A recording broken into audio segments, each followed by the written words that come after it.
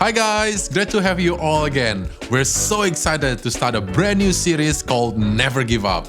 For the next 4 weeks, we will be talking about resilience in life. Have you ever felt about giving up on God? When you are faced with trouble, you wonder, where is God? Does God even hear my prayer? Or have you ever felt about giving up on yourself because life is just so hard and complex? So this series will teach us how to find the strength to keep going and knowing that you will be fine even when things go sour. So to kick off this series, we will listen what is resilience and where to find this. So let's have a listen.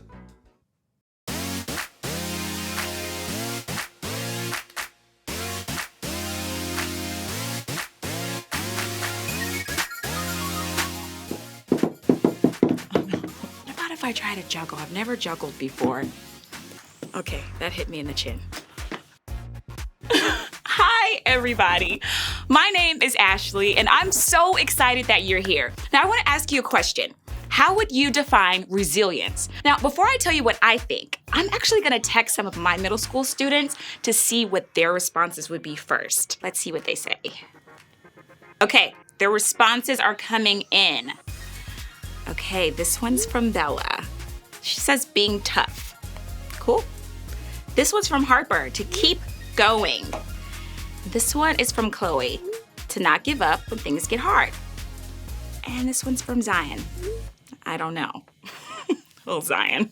Well, I still think all of those are such great ways to describe what resilience means. But when I think of resilience, I think of the ability to keep going when things are getting hard. It's showing up to face the challenging things in life rather than running away. It's knowing that you're gonna be okay when things don't turn out the way that you hoped. Choosing to never give up. Bouncing back and growing stronger after you've struggled, failed, or faced really difficult things in your life. That's resilience, and that's exactly what we're gonna be talking about together. So to start, let's be really honest. Some of us can't master our favorite video game. Some of us can't seem to grasp that math concept or grammar or science. Some of us have had a hard time finding a great friend. Some of us have had our hearts broken. Some of us tried out and didn't make the team. Some of us have experienced the death of someone very close to us. And some of us know how it feels to be treated differently based purely on our gender. And some of us know what it's like to be discriminated against because of the color of our skin. So right away, it's important for me to say this. No one can or should make you feel like the pain you've experienced from the setbacks in your life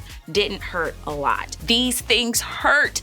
And the reason that they hurt is because you care. You should feel the sting of these things because we know that whatever you've gone through, those setbacks have been really difficult. In one way or another, all of us have dealt with some really painful, really challenging stuff. And this kind of stuff makes us want to stop showing up, stop trying, stop fighting to keep going. The kind of stuff that makes us want to give up. Okay, I know I've been there. So when I was in middle school, I tried out for this really elite dance team. And I'd never danced before, but I was so passionate about it. I was so excited. And I tried out for this dance team, and it was the hardest 6 weeks of my life. And there was this big performance that was gonna happen at the end. And in this dance routine, I had to do all of these like flips and tumbles and cartwheels. And I'm not athletic, I'm not flexible. I'm really actually kind of clumsy. And so I had the hardest time because I was trying to do this impossible flip.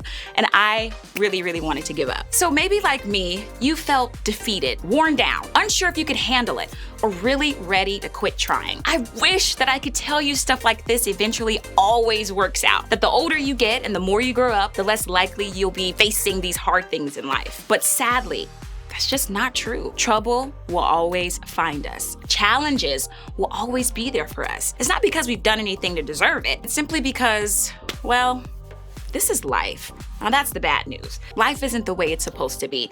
All of the difficult and painful stuff that we're gonna deal with, that's really not the way God intended for life to look for any of us. God did not intend for life to be painful. However, pain is a reality in our world because of sin, which is the things that we do to keep us from a close relationship with God. But But the truth is, God promises to be with us when we experience pain and to make things right one day. And that promise can help comfort us when we experience really difficult things. Now, I get that this can be really hard to believe at times because I think for a lot of us, this is an idea that following Jesus means our lives will always be incredible, and that if we believe in God and live the way that God calls us to live, that means we'll have no pain, no difficulty, and no heartache. But then life happens. The difficulties show up, and that can make us not only feel like we're ready to give up on dealing with it, but also like we're ready to give up on God too. But the good news is that God didn't intend for life to be like this. God promises to be with us in the pain. God is able to use the pain to build perseverance and resilience. And because God understands pain, God knows how we feel when we experience it. That means God can help us keep going, to keep hoping, to keep believing, to be resilient in everything we might go through. Now, thousands of years ago, this guy named Paul had plenty of reasons to want to give up. See, Paul started out as a not-so-great kind of a guy. He treated people really terribly, especially people who believed in Jesus. Until one day, Paul met Jesus himself, and everything changed. Knowing Jesus changes everything, and it certainly did for Paul. So soon, Paul became the guy to not only follow Jesus, but to lead the spreading of Jesus' message around the world. He was a leader in the early days of Christianity, and he helped to start so many churches and change so many lives in really great ways. You'd think that life got really great for Paul from that point on, right? Wrong. In a letter written to one of the churches that Paul started, he talked about all of the trouble that he dealt with since deciding to follow Jesus. So take a look. I have been put in prison more often, been whipped times without number, and faced death again and again. 5 different times the Jewish leaders gave me 39 lashes. 3 times I was beaten with rods. Once I was stoned. 3 times I was shipwrecked. Once I spent a whole night and a day adrift at sea. I have traveled on many long journeys. I have faced danger from rivers and from robbers. I have faced danger from my own people, the Jews, as well as from the Gentiles. I have faced danger in the cities, in the deserts, and on the seas. And I have faced danger from men who claim to be believers, but are not. I have worked hard and long, enduring many sleepless nights. I have been hungry and thirsty and have often gone without food. I have shivered in the cold without enough clothing to keep me warm.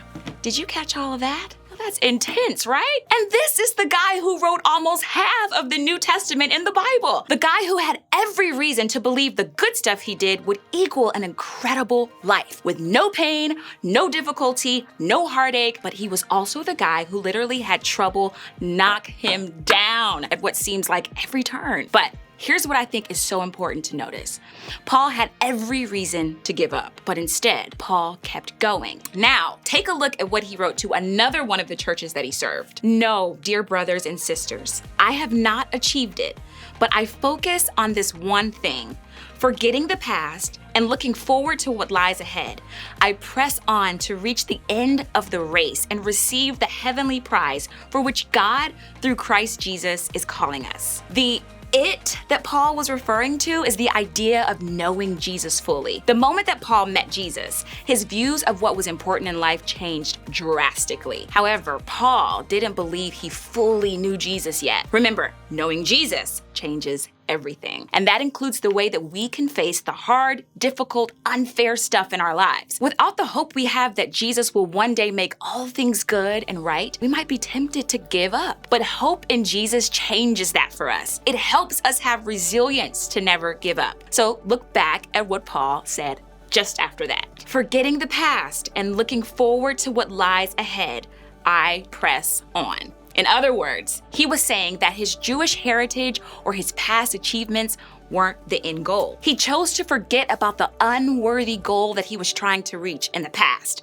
because now he had a new goal that he was looking at and running toward. He had a new promise that he was never giving up on. Paul's new goal was to know Jesus completely. He would receive a prize when he reached that goal, but he would only reach that goal when he stood face to face with God. He pursued that goal while living on earth because he wanted to get to know Jesus as well as he could before before entering God's presence. No matter what he walked through, no matter what knocked him down, Paul kept his focus on knowing Jesus more through it all. Keeping our focus on Jesus helps us find the resilience that we need to keep going. When we get knocked down, we're better able to bounce back up when we trust that his spirit is with us, working for us, and has more ahead for us than we can see right now. Let me put it this way. Scientists have estimated that it takes this small ball 1,000th of a second to hit the ground and bounce back up. Pretty cool, right?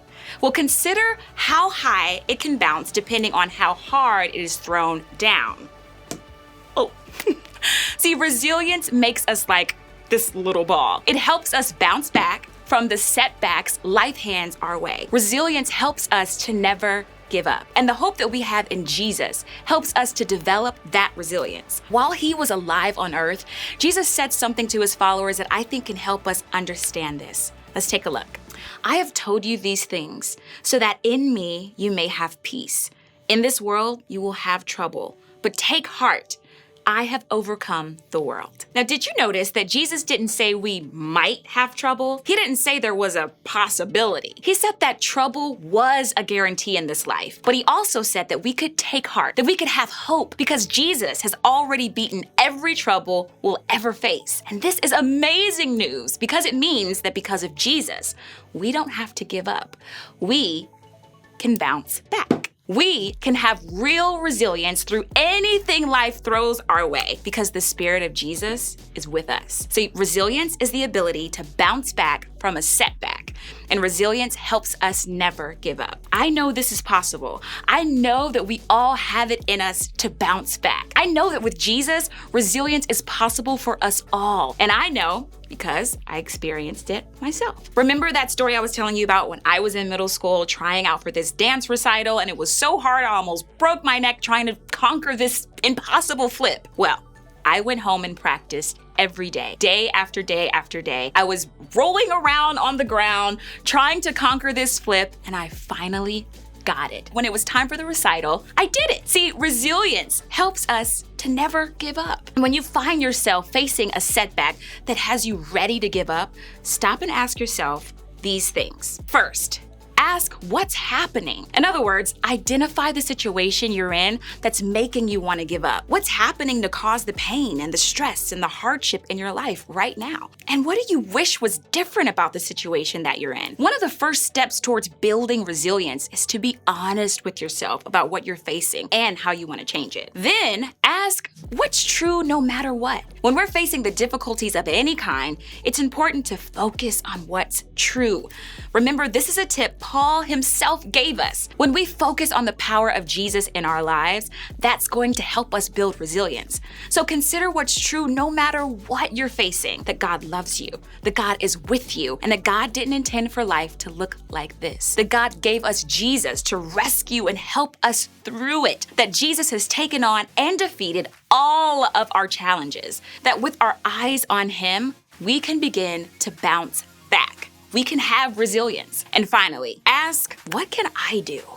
The truth is, so many of the setbacks we'll face in life will be out of our control. That doesn't mean there's nothing we can do to help us dig deeper and find the resilience that we need to keep going. So think about what this looks like for you. What's a good first step to help you start practicing resilience? Maybe it's opening up to someone about how you feel. Maybe it's asking for help from a friend, a parent, a group leader, or a counselor. Maybe it's choosing to show yourself grace or to be kind to yourself. Whatever it is for you, think about just one thing that you can do in the face of hard and difficult things to help you keep going. Remember, resilience helps us never give up. Now, if you're facing something that you know you need help with, something bigger or harder than you know how to handle on your own, I want to encourage you to talk to your parent, your group leader, or an adult that you trust today. Believe it or not, they probably have stories of what they've walked through to help build resilience themselves, and it might really help to talk with them about it. The adults in your life and at your church show up because they want to help you bounce back. So consider sharing with them about what you're facing today. I bet that most of us are going through something to require some resilience building. And one of the things that I found most helpful is talking about it with other people who are on the journey too. So be brave and talk about it with the people that you trust. You just might find out that you aren't the only one walking through what you're walking through.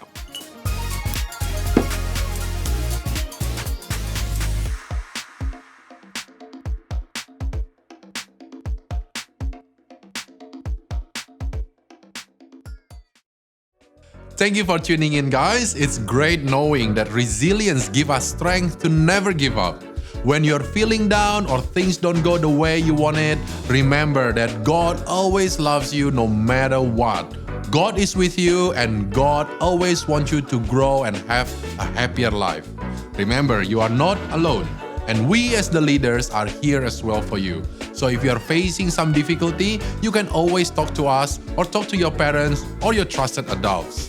I pray and hope that you find your inner resilience if you are currently facing trouble. Well, that's it from me, guys. Hope you had a great week ahead and see you soon.